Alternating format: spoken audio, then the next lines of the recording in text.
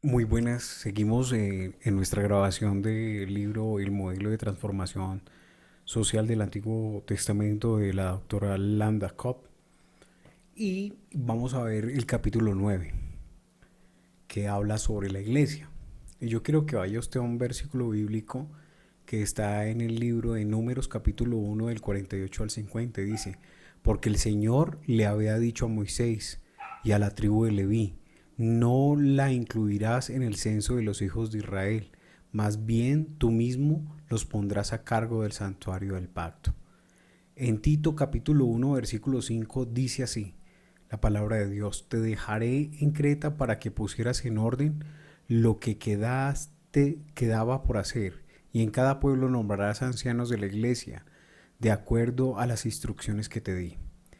Primera de Timoteo 3:1 dice, se dice y es verdad, que si alguno desea ser obispo, a noble función aspira. Todos los israelitas eran judíos, pero no todos los judíos eran sacerdotes. Moisés es guiado por Dios. Escogió a Josué para que le sucediera en el liderazgo político, mientras que Aarón y la tribu de Leví recibieron el sacerdocio. Después de los primeros días en el desierto, Dios dejó bien claro que el gobierno y el sacerdocio eran dos instituciones bien distintas, ambas con una función y un propósito claramente definidos en el reino. El concepto de estructura eclesiástica con función independiente, aparte de la función general del cuerpo de creyentes, no ha sido fácil de asimilar por los protestantes. Desde Lutero clavara sus 95 tesis en la puerta de la iglesia del castillo de Wittenberg en 1517, pero el entender la institución, la iglesia es fundamental para comprender las funciones singulares que Dios ha concedido en todas las esferas de la sociedad. Actualmente usamos las palabras sacerdocio, creyente, cuerpo de Cristo e iglesia como si fueran casi sinónimos. Todos los cristianos son sacerdotes, creyentes, iglesia, parte del cuerpo de Cristo. Para clarificar este estudio hemos de diferenciar entre las personas, los edificios y los creyentes individuales que trabajan plenamente dedicados al desarrollo de una función particular como los pastores, los misioneros y los evangelistas. Cuando Lutero subrayó que todos somos parte del sacerdocio de creyentes, no quiso decir que la iglesia no había de tener estructura o liderazgo.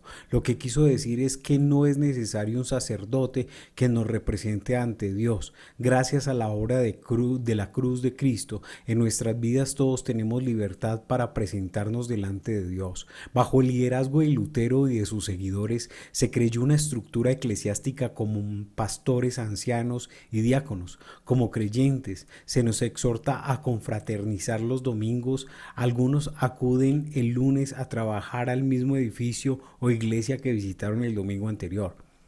Y el resto de los creyentes acude el lunes al trabajo para acudir a otra importante función dentro de su comunidad.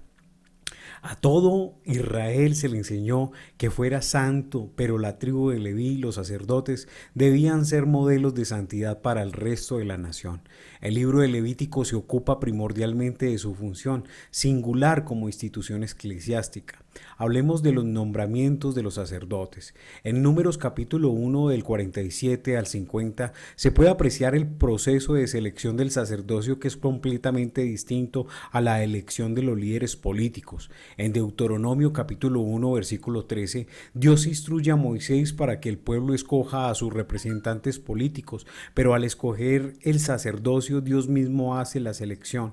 La unción para ministrar el orden eclesiástico proviene directamente de Dios. Los sacerdotes no eran escogidos en función de su mérito personal. Dios levantó sacerdotes de toda la tribu de Leví. Esto no quiere decir que no importaran el carácter y la virtud. La escritura deja bien claro que Dios deseaba un sacerdocio santo, pero Dios no escogió a la élite virtuosa, escogió a toda una tribu que reunía todos los grados de carácter y virtud. Hemos de detenernos a ponderar qué pretendía Dios con esta selección. Deseaba enfatizar que nadie es santo. Él era capaz de hacer un santo de cualquiera. que la santidad solo le pertenece a Él y que nadie es innatamente digno de representar su santidad. Como conocemos todas las respuestas posibles, pero lo que queda claro es que Dios seleccionó soberanamente a los ministros eclesiásticos. Los sacerdotes responsables de las cosas más sagradas no recibieron carros en el desierto, mientras que Israel daba vueltas por el desierto durante 40 años. Fue adquiriendo cosas.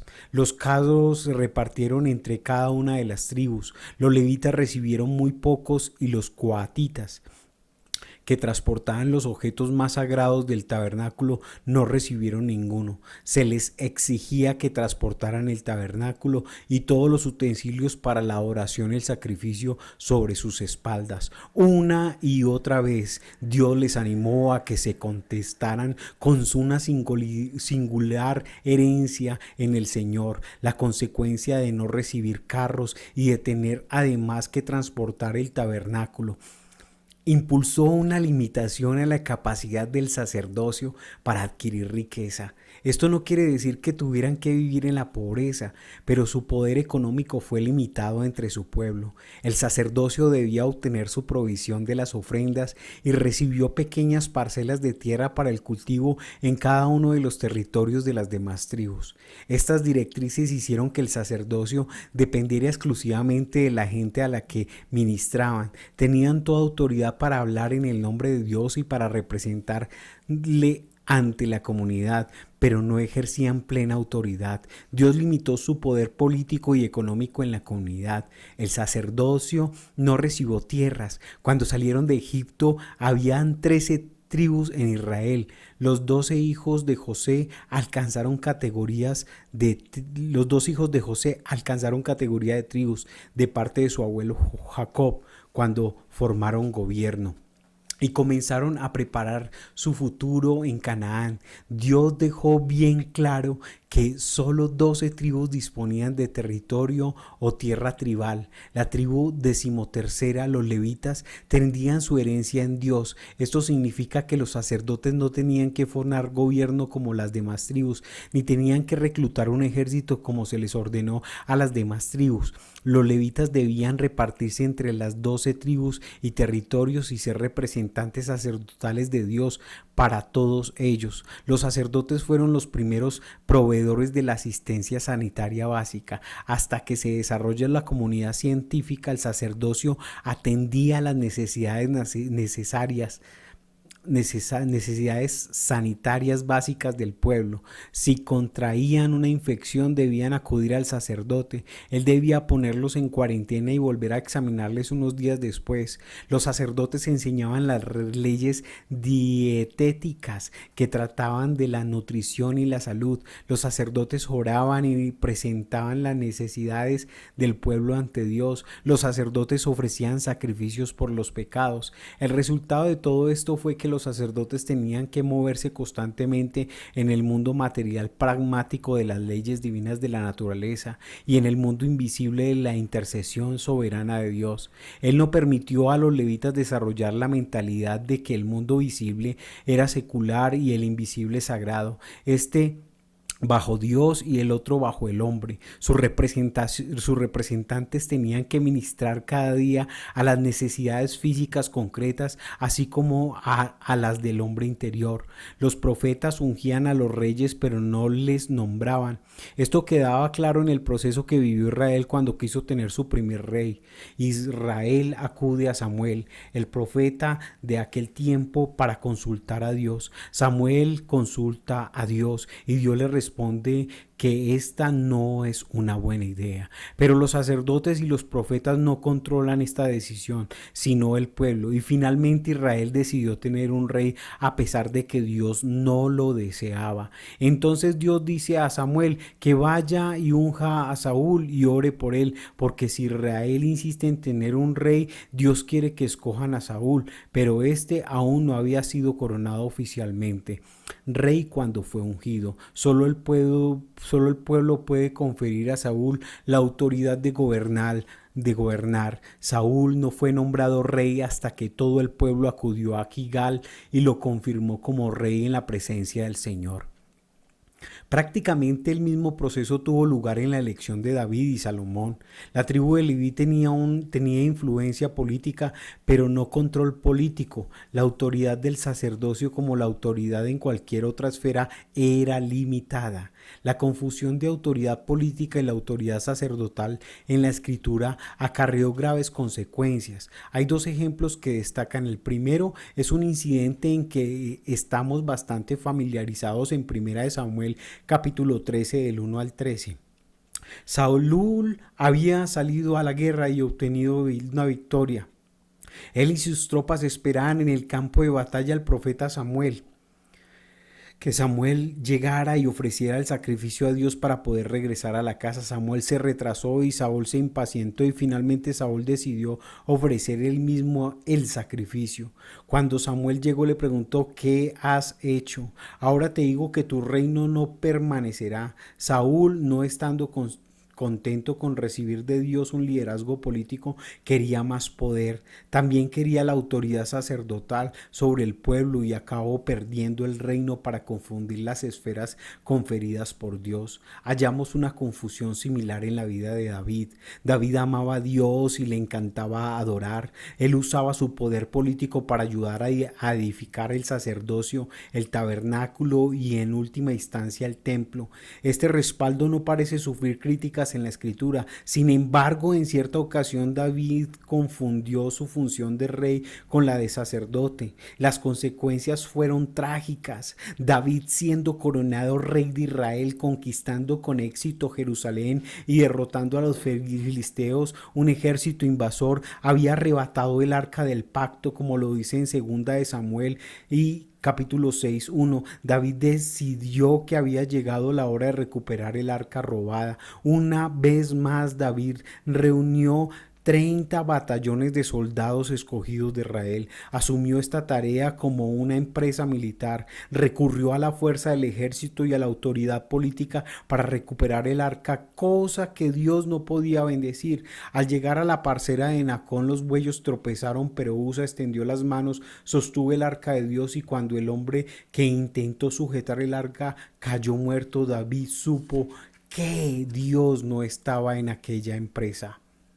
Exclamó: es mejor que no me lleve el arca del Señor. Segunda de Samuel capítulo 6 versículo 9. David guardó el arca en la casa de Obed-Edom y regresó a Jerusalén derrotado. Pero la historia no acabó allí. En el mismo capítulo David volvió a recuperar el arca, pero en esta ocasión fue acompañado de los levitas, quienes ofrecían sacrificios. Después de recorrer unos cuantos pasos, esta vez el arca fue transportada como era debido por los sacerdotes, tal como Moisés lo había prescrito en Números capítulo 4 versículo 15 y en Deuteronomio capítulo 10 versículo 8, y como Salomón lo entendiera en Primera de Reyes capítulo 8 del 3 al 4. David llevaba puesto un efod de lino para adorar, no uniforme de guerra, y la gente desfiló en procesión de adoración y alabanza, no de poderío militar. Dios respondió a la pregunta de David en cuanto a cómo transportar el arca en Primera de Crónicas capítulo 15:2, y le dejó claro que él daba autoridad a los sacerdotes, no al rey.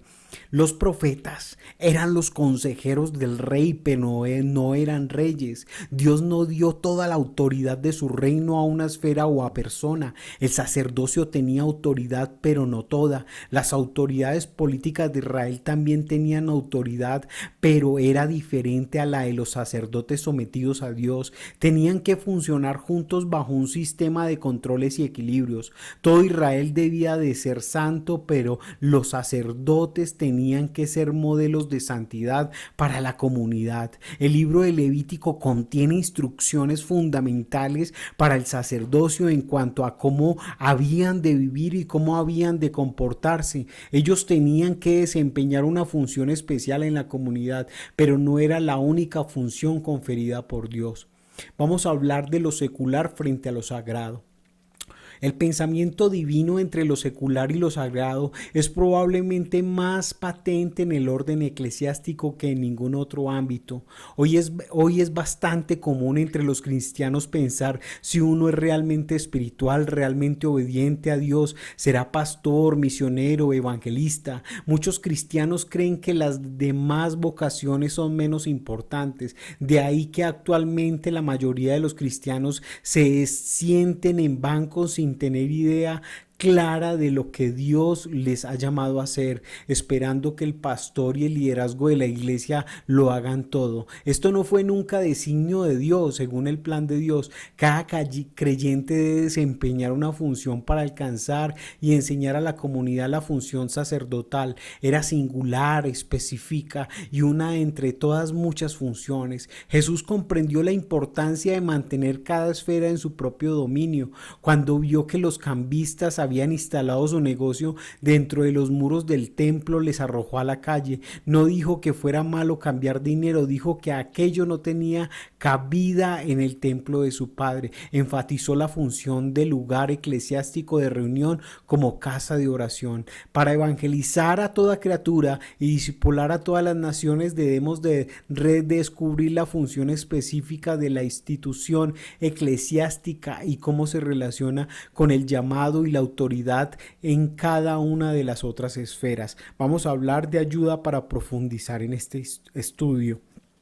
Que los temas a considerar al estudio y colorear el orden eclesiástico en la escritura, los rituales religiosos, la oración, las ofrendas, los sacrificios, los sacerdotes, la oración, los diezmos, las fiestas, la idolatría, los pactos, el tabernáculo y el templo son palabras claves que usted las puede buscar dentro del diccionario. La esfera de la iglesia revela el gran sumo sacerdote y los principales atributos de Dios revelados en la iglesia, que son santidad y misericordia. Dios gobierna esta esfera a través de su elección y su unción soberana.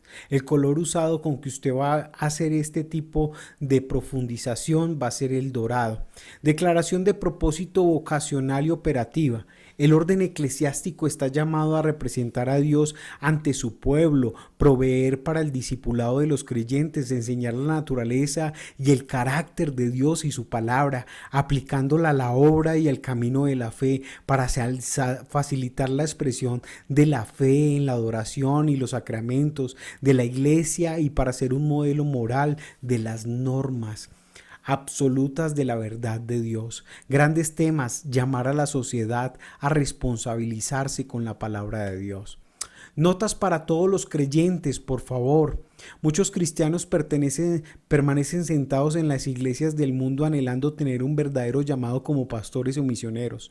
Sienten que serían más espirituales si lo tuvieran y muchos creen que no son llamados a ser pastores o obreros de la iglesia porque son menos dignos. Todo esto es consecuencia de un pensamiento dualista. Deriva de la idea de que lo secular es malo y lo sagrado es bueno. Esto no es un pensamiento bíblico. Si Dios le ha llamado a entregar su vida profesional a la familia o el gobierno o a la empresa o a la ciencia o a la enseñanza o a las artes o a la comunicación, no se le asigna una vocación inferior al ministerio propio de la estructura de la iglesia. Ha sido llamado a una vocación distinta al ministerio. Su llamado viene de Dios y es tan importante como el de Él, los que han sido llamados a servir de la iglesia. El discipulado de las naciones es una estrategia de saturación que lleva la verdad a cada fibra de la capa social a través de cada creyente. Por demasiado tiempo hemos descargado todo el peso de la obra de Dios sobre las espaldas del pastor o obrero de la iglesia. Ya es hora que llevemos nuestra propia carga que le ha llamado Dios a hacer en esta sociedad. Usted se puede preguntar, ¿qué le ha llamado Dios a hacer en esta sociedad? Es tiempo de dar gracias a Dios por las puertas que ha abierto en nuestra sociedad, en nuestra vida de servicio y de realizar la tarea como una respuesta al llamado divino. Una nota para el ministro profesional. Algunos de los que trabajan actualmente en el ministerio se sentirán aliviados por el hecho de que este capítulo y otros se sentirán amenazados. Del pastor y el misionero del siglo XX se ha esperado que lo sean todos para todos los hombres. Algunos piensan de que lo del discipulado de las naciones les hace a ellos responsables de toda la obra. Otros esperan que así sea. Cualesquiera que sea su punto de vista, animo a todos a buscar una clara revelación de Dios, una descripción práctica del trabajo para nosotros mismos y para cada uno de nuestros seguidores.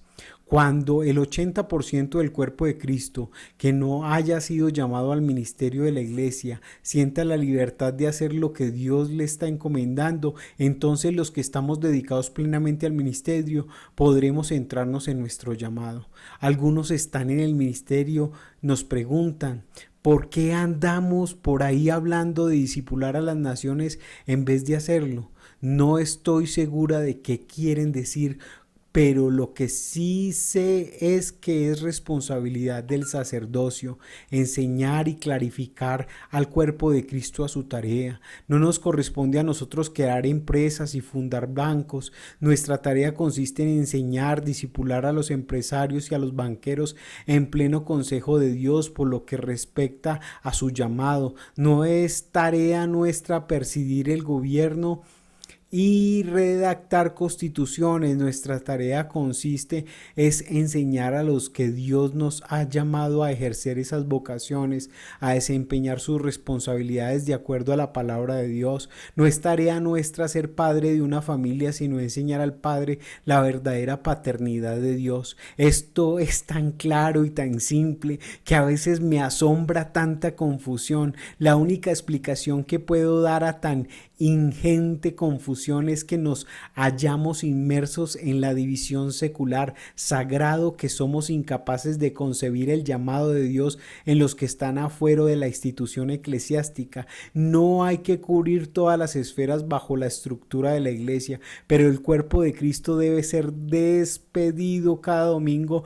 bien preparado para que actúe como embajador de la sabiduría de Cristo en cada esfera social, de los llamados personales y específicos, para alcanzar una generación preparada para percibir las diferencias cualitativas en sus vidas y comunidades. Es necesario recuperar una teología adecuada del laicismo, así como del sacerdocio. La institución de la iglesia jugará un papel primordial en el discipulado de las naciones cuando comprendamos cuál es y cuál no es nuestra función. Queridos amigos, hemos finalizado el capítulo 9 del modelo de transformación social del Antiguo Testamento de la doctora Landa Cobb.